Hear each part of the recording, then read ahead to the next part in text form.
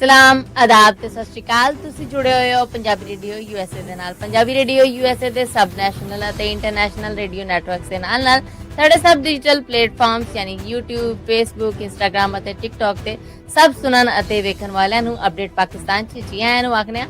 ਮੈਂ ਹਾਂ ਆਪ ਸਭ ਦੇ ਨਾਲ ਮੌਜੂਦ ਪਰਵੀਨ ਮਸੂਦ ਤੇ ਮੇਰੇ ਨਾਲ ਸਾਥ ਦੇਣ ਲਈ ਮੌਜੂਦ ਨੇ ਮਸੂਦ ਮੱਲੀ ਜੀ। ਮਸੂਦ ਜੀ ਆਇਆਂ ਨੂੰ। ਜੀ ਬਹੁਤ ਧੰਨਵਾਦ ਤੁਹਾਡਾ ਪ੍ਰਵੀਨ ਜੀ। ਅੱਜ ਅਮਰੀਕਾ ਦੇ ਵਿੱਚ 8 ਸਤੰਬਰ ਸਾਲ 2025 ਦੇ ਡੁੱਬਦੇ ਹੋਏ ਦਿਨ ਦੇ ਨਾਲ ਪਾਕਿਸਤਾਨ 'ਚ 9 ਸਤੰਬਰ ਸਾਲ 2025 ਦੇ ਚੜ੍ਹਦੇ ਹੋਏ ਦਿਨ ਦੇ ਇਸ ਖਾਸ ਬੁਲਟਨ 'ਚ ਅਪਡੇਟ ਪਾਕਿਸਤਾਨ 'ਚ ਆਪਣੇ ਸਭ ਦਰਸ਼ਕਾਂ ਨੂੰ ਸਰੋਤਿਆਂ ਨੂੰ ਜੀ ਆਇਆਂ ਨੂੰ ਕਹਿੰਦੇ ਆ। ਮੇਰੇ ਵੱਲੋਂ ਦੋਵੇਂ ਹੱਥ ਜੋੜ ਕੇ ਸਲਾਮ ਆਦਾਬ ਔਰ ਸਤਿ ਸ੍ਰੀ ਅਕਾਲ। ਪਾਕਿਸਤਾਨ ਦੇ ਨਾਲ ਜੁੜੀਆਂ ਇਹ ਖਬਰਾਂ ਜਿਹੜੀਆਂ ਪਿਛਲੀਆਂ 24 ਘੰਟੇ ਦੀਆਂ ਵੱਡੀਆਂ ਖਬਰਾਂ ਨੇ, ਹਫ਼ਤੇ 'ਚ 5 ਦਿਨ ਮੰਡੇ ਟੂ ਫਰਾਈਡੇ ਤੁਹਾਡੇ ਵਾਸਤੇ ਪੰਜਾਬੀ ਰੇਡੀਓ USA ਦੇ ਨੈਸ਼ਨਲ ਇੰਟਰਨੈਸ਼ਨਲ ਰੇਡੀਓ ਨੈਟਵਰਕ ਦੇ ਨਾਲ ਸਾਡੇ ਸਾਰੇ ਡਿਜੀਟਲ ਪਲੇਟਫਾਰਮ ਜਿੱਦਾਂ Facebook, YouTube, TikTok, Instagram ਉਹਨਾਂ ਤੇ ਵੀ ਤੁਹਾਡੇ ਲਈ ਪ੍ਰਸਾਰਿਤ ਕੀਤੀਆਂ ਜਾਂਦੀਆਂ। ਇਹਨਾਂ ਖਬਰਾਂ ਨੂੰ ਸਪਾਂਸਰ ਕਰਨਾ ਹੋਏ ਤਾਂ ਸਾਡਾ ਟੈਲੀਫੋਨ ਨੰਬਰ 408 272 5200 4082725200। ਜੀ ਮਸੂਦ ਵਧਨੇ ਪਹਿਲੀ ਖਬਰ ਹੈ ਪਾਕਿਸਤਾਨ ਤੇ ਅਮਰੀਕਾ ਵਿਚਕਾਰ $550 ਮਿਲੀਅਨ ਦਾ ਸਮਝੌਤਾ ਹੋ ਗਿਆ ਹੈ। ਇਹ ਸਮਝੌਤਾ ਕੀ ਹੈ? ਇਹ ਜੀ ਸਮਝੌਤਾ ਹੈ ਜਿਹੜਾ ਬਿਲਕੁਲ ਹੋ ਗਿਆ ਹੈ ਔਰ ਇਹਦੇ ਚਰਚੇ ਨੇ ਜਿਹੜੇ ਕਾਫੀ ਦਿਨਾਂ ਤੋਂ ਚੱਲਣ ਦੇ ਸਨ। ਮੈਟੈਲਿਕ ਰਿਫਾਈਨਰੀ ਹੈ ਜਿਹੜੀ ਉਹ ਅਮਰੀਕਾ ਨੇ ਪਾਕਿਸਤਾਨ 'ਚ ਲਾਉਣਾ। ਦੋ ਅਮਰੀਕੀ ਕੰਪਨੀਆਂ ਨੇ ਜਿਹੜੀਆਂ ਉਹਨਾਂ ਦੇ ਨਾਲ $550 ਕਰੋੜ ਦਾ ਇਹ ਸਮਝੌਤਾ ਹੈ ਜਿਹੜਾ ਇਸ ਸਿਰੇ ਚੜ ਚੁੱਕਿਆ ਹੈ। ਸਮਝੌਤਾ ਪਾਕਿਸਤਾਨੀ ਪ੍ਰਾਈਮ ਮਿਨਿਸਟਰ ਦੇ ਦਫ਼ਤਰ ਦੇ ਵਿੱਚ, ਪ੍ਰਾਈਮ ਮਿਨਿਸਟਰ ਆਫਿਸ ਦੇ ਵਿੱਚ ਪਾਕਿਸਤਾਨੀ ਪ੍ਰਾਈਮ ਮਿਨਿਸਟਰ ਸ਼ਹਿਬਾਜ਼ ਸ਼ਰੀਫ, ਪਾਕਿਸਤਾਨ ਦੇ deputy prime minister Ishaq Dar, Pakistani ਫੌਜ ਮੁਖੀ ਔਰ ਬਾਕੀ ਜ਼ਿੰਮੇਦਾਰਾਂ ਦੇ ਮੌਜੂਦਗੀ 'ਚ ਹੋਇਆ। ਯੂਨਾਈਟਿਡ ਸਟੇਟਸ ਸਟ੍ਰੈਟੇਜਿਕ ਮੈਟਲਸ ਔਰ ਮੋਟਾ ਐਂਜਲ, ਇਹ ਦੋ ਕੰਪਨੀਆਂ ਨੇ, ਕੁੱਲ 3 ਕੰਪਨੀਆਂ ਦੇ ਸਮਝੌਤੇ ਹੋਏ ਨੇ ਜਿਨ੍ਹਾਂ ਦੇ ਇਹ ਸਮਝੌਤੇ ਹੋਏ ਨੇ। ਇਹ ਪਾਕਿਸਤਾਨ 'ਚ ਰਿਫਾਈਨਰੀ ਲੱਗੇਗੀ। ਇਹ ਰਿਫਾਈਨਰੀ ਹੈ ਜਿਹੜੀ ਉਹਦੇ ਵਾਸਤੇ ਪਾਕਿਸਤਾਨ ਸਾਰੀਆਂ ਸੇਵਾਵਾਂ ਦੇਗਾ। ਮੁੱਢਲੇ ਤੌਰ ਤੇ ਜਿਹੜੀਆਂ ਧਾਤਾਂ ਨਿਕਲਣਗੀਆਂ, ਮਿਨਰਲਸ ਨਿਕਲਣਗੇ, ਉਹ ਸਾਰਿਆਂ ਨੂੰ ਜਿਹੜੇ ਅਮਰੀਕਾ ਭੇਜੇ ਜਾਣਗੇ। ਅਮਰੀਕਾ ਆਪਣੀ ਲੋੜ ਮੁਤਾਬਕ ਆਪਣੀ ਮਰਜ਼ੀ ਦੇ ਨਾਲ ਮਨਸੂਬੇ ਨੇ ਜਿਹੜੇ ਲਾਏਗਾ। ਇਹ ਹੁਣ ਫਾਈਨਲ ਹੋ ਚੁੱਕਿਆ ਹੈ। ਇਹ ਗੱਲ ਸਿਰੇ ਚੜ ਚੁੱਕੀ ਹੈ। ਮੁੱਢਲੇ ਤੌਰ ਤੇ ਆਖਿਆ ਜਾ ਰਿਹਾ ਹੈ ਕਿ ਇਹਨਾਂ ਮਿਨਰਲਸ ਨੇ ਜਿਹੜੇ ਇਹਨਾਂ ਦੇ ਵਿੱਚ ਸੋਨੇ ਤੋਂ ਅੱਡ ਤਾਂਬਾ ਹੈ ਜਿਹੜਾ ਉਹ ਔਰ ਕੁਝ ਹੋਰ ਧਾਤਾਂ ਨੇ ਜਿਹੜੀਆਂ ਉਹ ਨਿਕਲਣਗੀਆਂ। ਔਰ ਫਿਰ ਰੱਬ ਤੁਹਾਡਾ ਭਲਾ ਕਰੇ, ਇਹਨਾਂ ਧਾਤਾਂ ਦੇ ਨਾਲ ਇਹ ਸਾਰਾ ਜਿਹੜਾ ਇਹਨਾਂ ਨੂੰ ਢੋਣਾ ਕਿੱਦਾਂ ਹੈ, ਇਹਨਾਂ ਨੂੰ ਲੈ ਕੇ ਕਿੱਦਾਂ ਜਾਣਾ ਹੈ ਰਿਫਾਈਨਰੀ ਚੋਂ, ਇਹਦੇ ਵਾਸਤੇ ਦੋ ਪਾਕਿਸਤਾਨੀ ਕੰਪਨੀਆਂ ਨੇ ਜਿਹੜੀਆਂ ਉਹਨਾਂ ਦੇ ਨਾਲ ਇਸ ਸਮਝੌਤੇ 'ਚ ਮਾਮਲੇ ਨੇ ਜਿਹੜੇ ਉਸ ਸਿਰੇ ਚੜ ਚੁੱਕੇ ਨੇ। ਪਾਕਿਸਤਾਨ 'ਚ ਇਸ ਸਮਝੌਤੇ ਨੂੰ ਇੱਕ ਵੱਡੇ ਸਮਝੌਤੇ ਦੇ ਤੌਰ ਤੇ ਦੇਖਿਆ ਜਾ ਰਿਹਾ ਹੈ। ਇੰਟਰਨੈਸ਼ਨਲ ਪੱਧਰ ਤੇ ਅਗਰ ਦੇਖੀਏ ਤੇ ਪਾਕਿਸਤਾਨ ਔਰ ਅਮਰੀਕਾ ਦੇ ਨਵੇਂ ਬਣਦੇ ਹੋਏ ਇਹ ਗੂੜੇ ਜਿਹੜੇ ਤਾਲੁਕ ਵਾਸਤੇ ਨੇ ਉਹਨਾਂ ਦੇ ਵਿੱਚ ਵੀ ਇਸ ਸਮਝੌਤੇ ਦੀ ਬਹੁਤ ਅਹਿਮੀਅਤ ਹੈ। ਔਰ ਆਂਢੀ ਗੁਆਂਢੀ ਮੁਲਕ ਨੇ ਜਿਹੜੇ ਉਹ ਤੇ ਹੁਣ ਵੇਖਣ ਦੇ ਨੇ ਕਿ ਬਣਨ ਕੀ ਰਹੀ ਹੈ। ਗੋ ਕਿ ਪਾਕਿਸਤਾਨ ਦੇ ਅੰਦਰ ਕੁਝ ਹਲਕੇ ਐਸੇ ਹੈ ਨੇ ਜਿਹੜੇ ਸ਼ੱਕ ਸ਼ੁਬੇ ਦਾ ਸ਼ਿਕਾਰ ਨੇ ਕਿ ਨਹੀਂ, ਸਾਨੂੰ ਗੇ ਵੇਲੇ ਦੇ ਵਿੱਚ ਵੀ ਪਾਕਿਸਤਾਨ ਨੂੰ ਬਥੇਰੇ ਧੋਖੇ ਲੱਭੇ, ਪਰ ਹੁਣ ਪਾਕਿਸਤਾਨੀ ਫੌਜ ਮੁਖੀ ਔਰ ਹੁਣ ਜਿਹੜੀ ਪਾਕਿਸਤਾਨੀ ਸਿਆਸੀ ਲੀਡਰਸ਼ਿਪ ਆ ਉਹ ਕਹਿਣ ਡਈ ਹੈ ਕਿ ਇੱਕ ਨਵੇਂ ਦੀ ਸ਼ੁਰੂਆਤ ਹੈ। ਜੀ ਮਸੂਦ ਬਾਦ ਨੇ ਅਗਲੀ ਖਬਰ ਹੈ ਸੁਣਿਆ ਜਿਹੜੇ ਕੰਮ ਦਾ ਡਰ ਸੀ ਚੀਫ ਜਸਟਿਸ ਆਫ ਪਾਕਿਸਤਾਨ ਨੇ ਉਹੀ ਕਰ ਦਿੱਤਾ ਹੈ। ਹੁਣ ਮੁਖਾਲਫਤ 'ਚ 4 ਜੱਜ ਖਲੋ ਗਏ।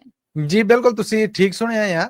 ਸੁਪਰੀਮ ਕੋਰਟ ਰੂਲਸ ਨੇ ਜਿਹੜੇ ਇਹਨਾਂ ਨੂੰ ਸਰਕੂਲੇਟ ਕਰ ਦਿੱਤਾ ਗਿਆ, ਸਰਕੂਲੇਸ਼ਨ ਦੇ ਰਾਹੀਂ ਇਹਦੀ ਮਨਜ਼ੂਰੀ ਦੇ ਕੇ ਟੋਰ ਦਿੱਤਾ ਗਿਆ, ਜਦ ਕਿ ਇਹ ਜਿਹੜੇ 4 ਜੱਜ ਨੇ ਇਹਨਾਂ ਦਾ ਇਹ ਆਖਣਾ ਹੈ ਕਿ ਇਹ ਕੰਮ ਇਦਾਂ ਨਹੀਂ ਹੁੰਦਾ। ਅਦਾਲਤੀ ਇਹ ਜਿਹੜੇ ਕਹਿ ਲਵੋ ਕਿ ਸੁਪਰੀਮ ਕੋਰਟ ਰੂਲਸ ਨੇ ਜਿਹੜੇ ਇਹਨਾਂ ਦੇ ਵਾਸਤੇ ਫੁੱਲ ਕੋਰਟ ਇਕੱਠ ਜਿਹੜਾ ਉਹ ਸੱਦਿਆ ਜਾਣਾ ਸੀਗਾ। ਕਿਸੇ ਜੱਜ ਨੇ ਮੁਖਾਲਫਤ ਕਰਨੀ ਸੀ, ਕਿਸੇ ਨੇ ਹਮਾਇਤ ਕਰਨੀ ਸੀ, ਉੱਥੋਂ ਫਿਰ ਇਹਨਾਂ ਦੀ ਬਕਾਇਦਾ ਮਨਜ਼ੂਰੀ ਹੋਣੀ ਸੀਗੀ। ਮਨਜ਼ੂਰੀ ਤੋਂ ਬਾਅਦ ਇਹ ਬਣਨੇ ਸਨ। ਇਹ ਰੈਡੀਮੇਡ ਬਣੇ ਬਣਾਤੇ ਜਾਂ ਚੀਫ ਜਸਟਿਸ ਆਫ ਪਾਕਿਸਤਾਨ ਨੇ ਆਪ ਜੋ ਫੈਸਲੇ ਕੀਤੇ, ਜਾਂ ਕੁਝ ਹਲਕੇ ਵੀ ਕਹਿੰਦੇ ਨੇ ਕਿ ਕੁਝ ਲੋਕਾਂ ਨੂੰ ਖੁਸ਼ ਕਰਨ ਵਾਸਤੇ ਉਹਨਾਂ ਨੇ ਜੋ ਚੁਣਾਵ ਕੀਤਾ ਉਹ ਕਰਾ ਕੇ ਉਹਨਾਂ ਨੇ ਇਹਨੂੰ ਸਰਕੂਲੇਟ ਕਰਤਾ। ਸਰਕੂਲੇਸ਼ਨ ਹੈ ਜਿਹੜਾ ਉਹ ਰੂਲਸ ਦਾ ਕੱਢ ਦਿੱਤਾ ਔਰ ਲਾਗੂ ਕਰ ਦਿੱਤੇ। ਉਹਦੇ ਤੇ ਫਿਰ ਸੁਪਰੀਮ ਕੋਰਟ ਦੇ ਮੋਸਟ ਸੀਨੀਅਰ ਜੱਜ ਜਸਟਿਸ ਮਨਸੂਰ ਅਲੀ ਸ਼ਾਹ, ਜਿਹੜੇ ਕਿ ਜਸਟਿਸ ਯਾਹਿਆ ਆਫਰੀਦੀ ਹੋਣਾ ਤੋਂ ਸਰਵਿਸ ਦੇ ਮਾਮਲੇ 'ਚ ਸੀਨੀਅਰ ਨੇ ਔਰ ਚੀਫ ਜਸਟਿਸ ਆਫ ਪਾਕਿਸਤਾਨ ਬਣਨਾ ਉਹਨਾਂ ਦਾ ਹੱਕ ਸੀ, ਪਰ ਉਹਨਾਂ ਨੂੰ ਖੁੱਡੇ ਲੈਣ ਸਿਰਫ ਇਸ ਕਰਕੇ ਲਾਇਆ ਗਿਆ ਜਾਂ ਲੈਨੋਂ ਲਾਇਆ ਗਿਆ ਕਿ ਉਹ ਇਮਰਾਨ ਖਾਨ ਹਾਮੀ ਜੱਜਾਂ 'ਚ ਸ਼ੁਮਾਰ ਹੁੰਦੇ ਸਨ। ਉਹਨਾਂ ਸਮੇਤ ਇਸ ਵੇਲੇ 4 ਜੱਜ ਜਿਨ੍ਹਾਂ ਜਸਟਿਸ ਮੁਨੀਬ ਅਖਤਰ, ਜਸਟਿਸ ਅਤਰ ਮਿਨੂਲਾ ਔਰ ਜਸਟਿਸ ਆਇਸ਼ਾ ਮਲਿਕ ਇਹ ਮੁਖਾਲਫਤ ਦੇ ਵਿੱਚ ਸਾਹਮਣੇ ਆ ਗਏ ਨੇ। ਯਾਦ ਰਵੇ ਕਿ ਇਸ ਸਾਰੇ ਮਾਮਲੇ ਤੋਂ ਪਹਿਲਾਂ ਜਸਟਿਸ ਮਨਸੂਰ ਅਲੀ ਸ਼ਾਹ ਹੋਣਾ ਵੱਲੋਂ ਇੱਕ ਬਕਾਇਦਾ ਖਾਤਾ ਜਿਹੜਾ ਉਹ ਚੀਫ ਜਸਟਿਸ ਆਫ ਪਾਕਿਸਤਾਨ ਯਾਹਿਆ ਆਫਰੀਦੀ ਹੋਣਾ ਲਿਖਿਆ ਗਿਆ ਸੀ, ਜਿਹਦੇ ਚ ਉਹਨਾਂ ਆਖਿਆ ਕਿ 6 ਸਵਾਲ ਨੇ, ਇਹਨਾਂ 6 ਸਵਾਲਾਂ ਦਾ ਪਬਲਿਕਲੀ ਤੁਸੀਂ ਜਵਾਬ ਦਿਓ, ਜਿਹੜੀ ਕਿ ਖਬਰ ਅਸੀਂ ਪਿਛਲੇ ਵੀਕ ਕੀਤੀ ਵੀ ਸੀਗੀ। ਹੁਣ ਇਹ ਮਾਮਲਾ ਜਿਹੜਾ ਇਹਦੇ ਚ ਇਹ 4 ਜੱਜ ਨੇ ਜਿਹੜੇ ਸਾਹਮਣੇ ਆ ਗਏ ਔਰ ਇਹਨਾਂ ਨੇ ਐਲਾਨ ਕਰ ਦਿੱਤਾ ਹੈ ਕਿ ਜਿਹੜਾ ਫੁੱਲ ਕੋਰਟ ਇਕੱਠ ਹੋਣ ਜਾ ਰਿਹਾ ਆ, ਅਸੀਂ ਉਹਦੇ ਸਾਹ ਹੀ ਨਹੀਂ ਪਾਉਣੀ, ਅਸੀਂ ਉਹਦਾ ਬਾਈਕਾਟ ਕਰਨੇ ਆ। ਤੇ ਡਰ ਜਿਹੜੇ ਕੰਮ ਦਾ ਹੈ ਸੀਗਾ ਇਹ ਸੀਗਾ ਕਿ ਸ਼ਾਇਦ ਕੋਈ ਗੱਲਬਾਤ ਕਰਕੇ ਜੱਜ ਆਪਣੇ ਮਾਮਲੇ ਅੰਦਰ ਹੀ ਅੰਦਰ ਨਿਬੇੜ ਲੈਣ। ਪਰ ਪਹਿਲਾਂ ਜਸਟਿਸ ਮਨਸੂਰ ਅਲੀ ਸ਼ਾਹ ਉਹਨਾਂ ਨੇ ਆਖਿਆ ਕਿ ਤੇ ਕੱਲੂ ਭਲਵਾਨ ਬਣਨ ਦਾ ਮਾਮਲਾ ਜਿਹੜਾ ਉਹ ਬਹੁਤਾ ਸਿਰ ਚੁੱਕਣ ਡਿਆ ਹੈ ਔਰ ਇਹ ਚੀਫ ਜਸਟਿਸ ਆਫ ਪਾਕਿਸਤਾਨ ਦੀਆਂ ਸਾਰੀਆਂ ਖਿਲਾਰੀਆਂ ਬਣਾਈਆਂ ਕੀਤੀਆਂ ਨੇ ਜਿਹੜੀਆਂ ਉਹਨਾਂ ਨੇ ਅਦਾਲਤੀ ਨਿਜ਼ਾਮ ਨੂੰ ਤਬਾਹ ਕਰ ਦਿੱਤਾ ਹੈ। ਹੁਣ ਇਹ 4 ਜੱਜ ਨੇ ਜਿਹੜੇ ਇੱਕ ਪਾਸੇ ਨੇ ਸੁਪਰੀਮ ਕੋਰਟ ਆਫ ਪਾਕਿਸਤਾਨ ਦੇ ਚੀਫ ਜਸਟਿਸ ਨੇ ਜਿਹੜੇ ਉਹਨਾਂ ਨੇ ਸਰਕੂਲੇਟ ਕਰਕੇ ਆਖਿਆ ਕਿ ਜੀ ਅਦਾਲਤੀ ਰੂਲਸ ਇਹ ਹੀ ਨੇ। ਅਗਲੀ ਖਬਰ ਵਾਲੇ ਵਧਦੇ ਹਾਂ। ਇੰਡੀਆ ਨੇ ਫਿਰ ਪਾਕਿਸਤਾਨ 'ਚ ਪਾਣੀ ਛੱਡਣ ਦੀ ਇਤਲਾਹ ਦੇ ਦਿੱਤੀ ਹੈ, ਜਦ ਕਿ ਪਹਿਲੇ ਹੀ 42 ਲੱਖ ਲੋਕ ਹੜ੍ਹ 'ਚ ਚੁੱਟ ਗਏ। ਹਜੇ ਵੀ ਜੀ ਹੜ੍ਹ ਜਿਹੜਾ ਹੈ ਉਹ ਪੰਜਾਬ ਚੋਂ ਲੰਘ ਕੇ ਸਿੰਧ 'ਚ ਨਹੀਂ ਪੂਰਾ ਵੜਿਆ। ਪਾਕਿਸਤਾਨ ਦੇ ਲਹਿੰਦੇ ਪੰਜਾਬ ਦੇ ਜਿਹੜੇ ਦੱਖਣੀ ਪਾਸੇ ਦੇ ਸ਼ਹਿਰ ਨੇ ਨਾ, ਉੱਥੋਂ ਹਜੇ ਵੀ ਇਹ ਹੜ੍ਹ ਜਿਹੜਾ ਲੰਘਣ ਡਿਆ ਆ।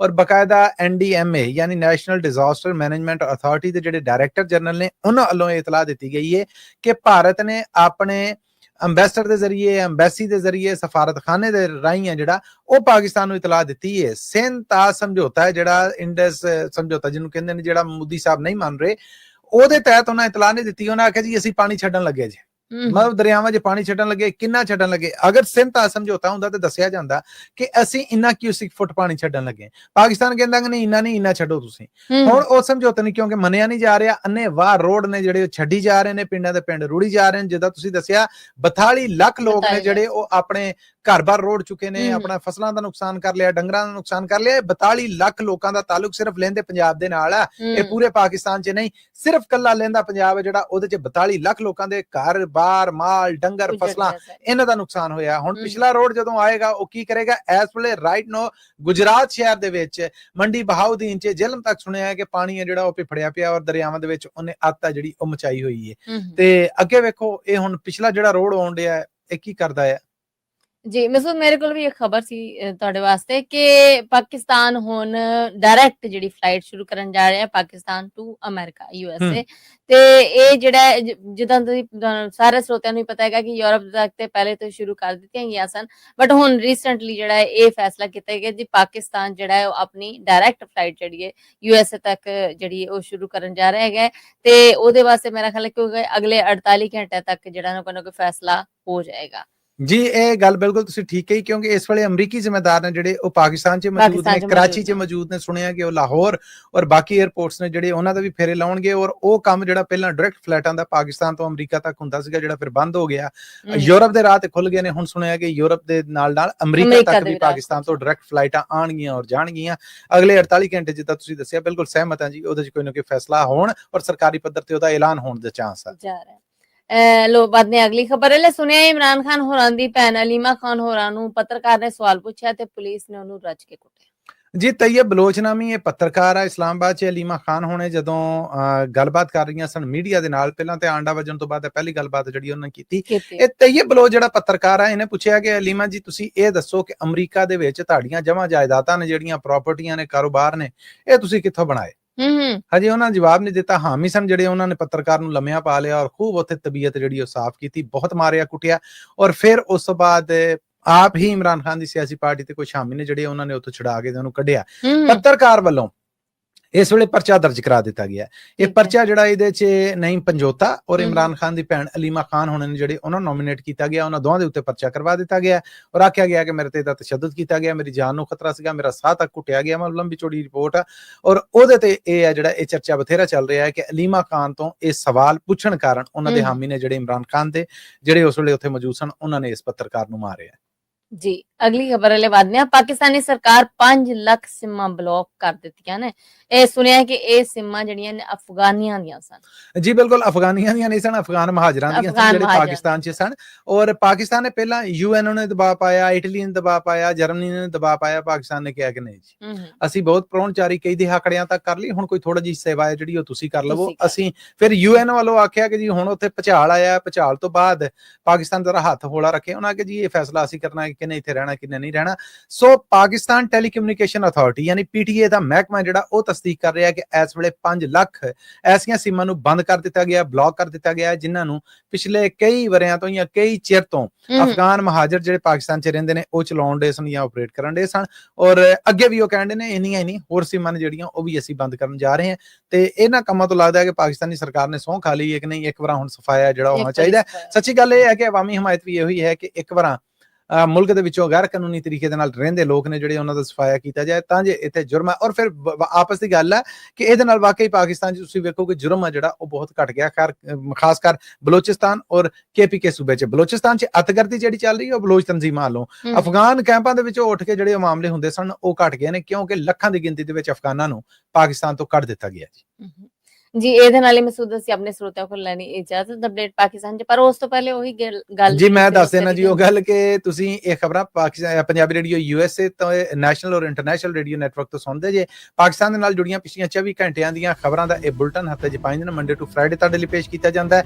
ਇਹ ਖਬਰਾਂ ਤੁਹਾਡੇ ਵਾਸਤੇ ਸਾਡੇ ਰੇਡੀਓ ਨੈਟਵਰਕ ਦੇ ਨਾਲ ਸਾਡੇ ਫੇਸਬੁੱਕ, YouTube, Instagram ਔਰ TikTok ਤੇ ਵੀ ਪ੍ਰਸਾਰਿਤ ਕੀਤੀਆਂ ਜਾਂਦੀਆਂ। ਖਬਰਾਂ ਸਪਾਂਸਰ ਕਰਨੀਆਂ ਹੋਣ ਤੇ ਉਹਨਾਂ ਲਈ ਟੈਲੀਫੋਨ ਨੰਬਰ ਹੈ 408 272 5500 4082725200। ਲਓ ਜੀ ਹੁਣ ਸਾਨੂੰ ਦਿਓ ਇਜਾਜ਼ਤ। ਅਗਲੇ ਅਪਡੇਟ ਪਾਕਿਸਤਾਨ ਤੱਕ ਲਈ ਤੁਹਾਡਾ ਮੇਰਾ ਸਾਡਾ ਸਾਰਿਆਂ ਦਾ ਰੱਬ ਰਾਖਾ।